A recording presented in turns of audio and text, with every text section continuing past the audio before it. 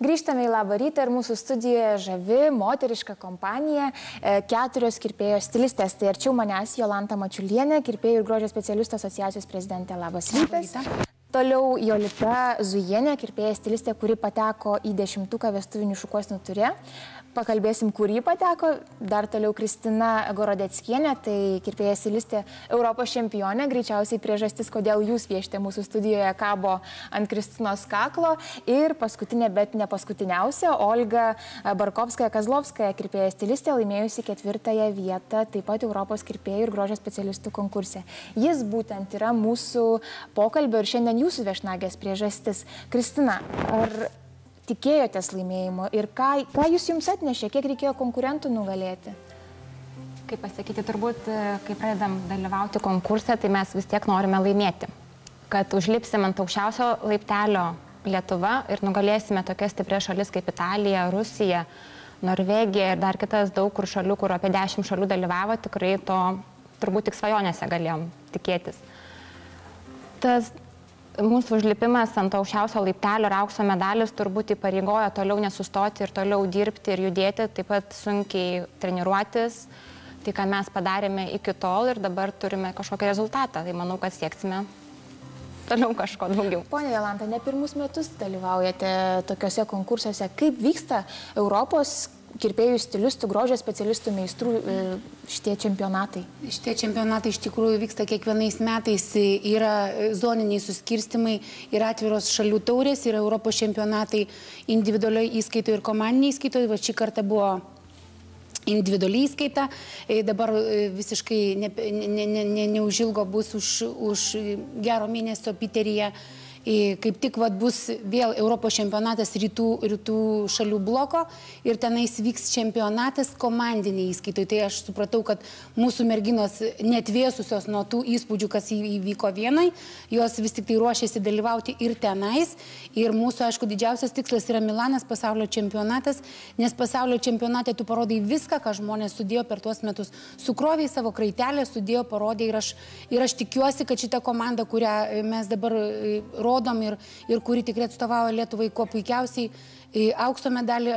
Aš neprižadu, kad jos šį kartą parveš, bet aš dar kartą užakcentuosiu, aš tikiuosi, kad Lietuvos meistrai, visi ir kirpėjai, ir manikiūro, ir vizažo specialistai verti ne vieno aukso medalio, nes tikrai mes nesam patys prasčiausi, mes esam super specialistai, su tokia komanda galima nueiti ir nežinau kaip grįžti, bet link to tikslo, kad mes norim auksą parvežti, tai aš sakiau ir sakysiu. Taip, kad mano tikslas yra auksinės Lietuvos padangiai, kad už visų tikrai tas auksas ne vien tik tai krepšininkai mūsų, bet mūsų grožio specialistai nieko neprastesni, profesionalai, superiniai. Jeigu paleistum juos dabar į bet kokią šalį su kontraktu, turbūt nei vienas grožio salono savininkas jo nepaleistų taip lengvai. Kristina, grįžtant prie jūsų modelio, kuris pelnė tą auksą, kaip atrodė ir kiek pasiruošimo galų gale reikia prieš tai treniruočių? Konkursas vyksta labai, kaip pasakyti, greitai. Mes turime vakarinę šukuoseną padaryti per 20 minučių. Tai būna palaidi plaukai, išleisti, iššukuoti ir mes tą padarome per 20 minučių. Tai yra labai kaip ir profesionalu, mes tai treniruojamės. Tai vyksta, tarkim, ilgas dar darbas prieš tai būna ir pusę metų, ir 2 mėnesiai prieš kiekvieną konkursą. Ir mes treniruojame, šukuojame tą modelį, kuriame tą šukuoseną, tiesiog ją darome tobulą, kad jinai atrodytų iš visų pusių kuo gražiausia forma būtų. Dažome modelius, būtų spalvos kažkokie tai perėjimai gražus. Tiesiog tai yra ilgas dar darbas prieš tai, o tenais yra tik tais jau tavo kaip ir pasirodymas per tą 20 minučių. Jolita, žinau, kad jūs vestuvinių šukuosenų konkurse tikrai gerai pasirodėte. Ten taip pat yra laiko limitai. Kokias apskritai galėtumėt numatyti tendencijas, ar būtent tie konkursai atskleidžia naujai kažkaip tas vestuvinių šukuosenų madas? Laiko limitas yra ir šitam konkursui, ar ne? Nuotaką reikia sušukuoti per 30 minučių. Buvo laikas, kai nuotako šukavime buvo 25 minutės, o tendencijos visą laiką yra konkurse parodomos pirmiausiai ir maksimaliai daug. Į salonus jos ateina tik tai praėjus gal metam, gal kartais netgi. netgi gal ir vėliau, bet tai ateina tik detalėms. Mes šukuoseną sukūrėm ir padarom konkursą tokią, kuri maksimaliai madinga, maksimaliai išgražinta, ar ne? Tai yra ir papuošimai, ir turi būti sudėti jie, ir galbūt salone tu to nedarai, bet tai yra būtent konkursinis variantas. Taip, kad grįžus į darbą, grįžus į saloną, nuotakoms siūlai kažkokias detalės, kurias tu išmokai, kurias tu padarėjai būtent konkursą. Olga, kad nenubodžiautumėt, klausimas jums. 4. vietą pelnėte. Ką tas įvertinimas reiškia pačiai kaip kirpėjai, stilistai? Kai daug treniruojas ir daug dirbi, visada norėtum geriausio įvertinimo. Ir būti tarp geriausių, matyti jų darbus ir dalyvauti tenais, tai jau yra labai didelis įvertinimas. O pačiai tai be abejo yra iššūkis, noras išbandyti, noras kažko tai daugiau pasiekti. Žinau, kad Jolita pernai iš Europos čempionato Dubline į Lietuvą parvežė sidabro medalį, ar ne? Tai galbūt jau žinote sėkmingo konkursinio pasirodymo formulę? Komanda, galbūt pasiruošimas, galbūt atmosfera? Komanda iš tikrųjų yra labai svarbu. Vėlgi, kaip tu pats jautiesi, ta psichologinė ramybė yra labai svarbi. Kartais negali susidoroti su to žmogišku faktoriumi, ar ne? Kartais tiesiog pritrūksta savyje kažkokių tai ramybės. Ir vėlgi labai daug visokių niuansų. Priklauso dar, kaip tu būsi pasiruošęs, kaip tu išsitrauksi savo veidrodžio numerį, kaip tą dieną tau seksis. Ir vėlgi, kokie bus konkurentai, kaip tavo modelis tave parodys, ar ne? Nes modelio darbas yra praktiškai irgi labai didelė dalis, ar ne? 50% gali sakyti, jeigu jis gražiai save pateiks, jeigu mes gražiai tą darbą padarysim bendrai, tai tada ir tos vietos geros, ir pats gerai jautiesi, ir darbas kitaip sekasi. Tai nėra taip, kaip atsistoji salone ir tiesiog dirbi taip, kuri. Tu turi parodyti maksimalų savo įdirbį, ką tu patyrei, ką tu išmokai per tas mėnesį, ar ten 2, ar ten 3. O visą tai mes jau darom 2 metai, daugiau nei 2 metai nuo pasaulinio to konkurso. Jau 3. 3 jau netgi, ne? Tai ir duoda savo rezultatus, todėl ir parveža merginos ir auksą, ir sidabrą.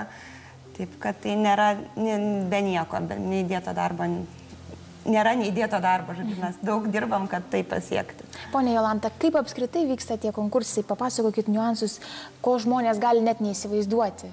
Užkulisiuose tik jūs vaikštot su modeliais ir žinote, kas ten vyksta ir kaip vyksta. Užkulisių visą tą jausmą patirti, tai turbūt ko gero reikėtų visiems mūsų grožio srities specialistams, jie suprastų, kaip tai yra sudėtinga.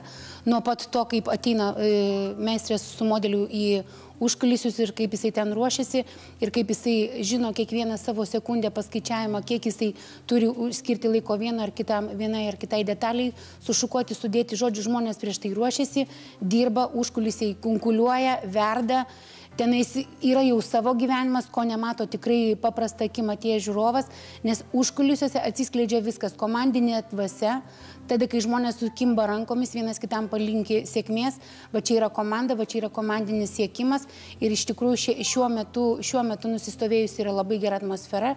Aš labai džiaugiuosi, kad šitos 3 gražios žavios damos įėjo į tą sudėtį, jos sulipo tiesiog šį kartą vienui sulipo kaip į vieną brandolį ir aš matau šitas merginas ateityje ir aš manau, kad jos neišbirės, nes iš tikrųjų būna, kad tu žmogų paruoši, įdedi labai daug savo energijos, iš tikrųjų labai daug, kai sako, šildai žmogų, jaukini prie atmosferos ir jisai paskui sako, ne, ačiū, aš padalyvavau, ne mano nervams. Vat nervai, vat mūsų vidinė ramybė, mūsų nervai nusistatymas, nusiteikimas, komandinis palaikymas, vienai kitai padėti, kažką tai, jeigu pamiršai atbėgti, padaryti. Va čia yra tai, kas vyksta užkulisiuose. Užkulisiai tai ne vien tik tai čempionato aikštelė, užkulisiai mūsų kelionės, mūsų viešbutis, mūsų bendravimas, mūsų palaikymas vieni kitų, mūsų modelių elgesys, kaip modeliukai elgesi, kaip jie atsiduoda šitam darbui, kaip jie nori būti patys geriausi, patys gražiausi.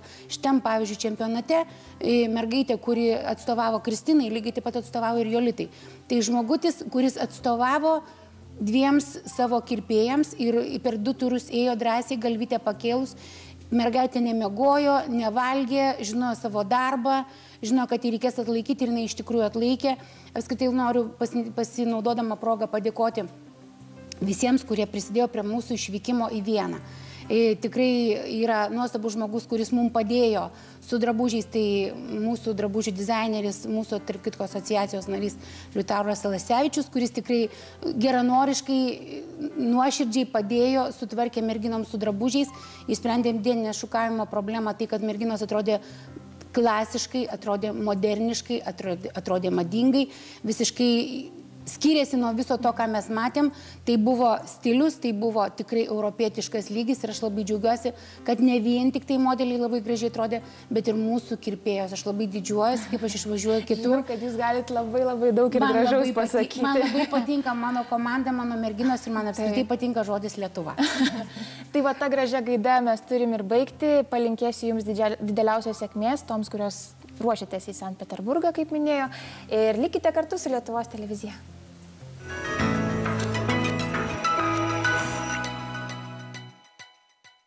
O dabar paskrebinkime ir gaminkime.